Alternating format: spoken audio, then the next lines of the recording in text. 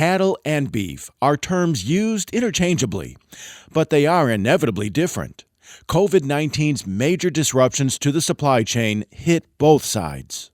We might call them beef cattle, but they're not beef yet until we incorporate other inputs into the mix. And some of those major inputs are human capital, physical labor, mental labor, there's physical capital, facilities, and then production technologies.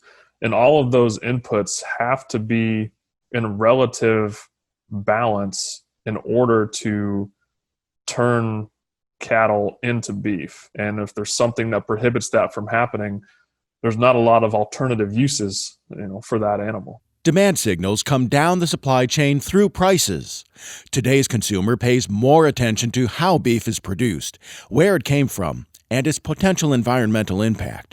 As a slower moving industry to really implement the practices and the changes, even just if it's simple documentation, it may not require a big change. And from a practice standpoint, it's just putting in place the documentation and the data management to check the box and meet the requirements of and demands of consumers and distributors. But I think as we progress into the future, there may be that a product doesn't have access to those food companies, distributors, restaurants, retailers, if they don't, meet the standards that they have set for their supply chains.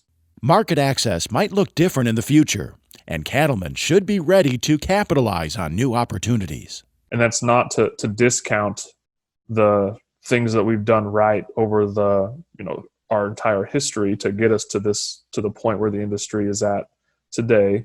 But even looking at U.S. patents or some of the discussion that history does tend to move in jumps, and the world's changing faster than ever, and we need to be open to adjusting and improving our own operations and our own industry.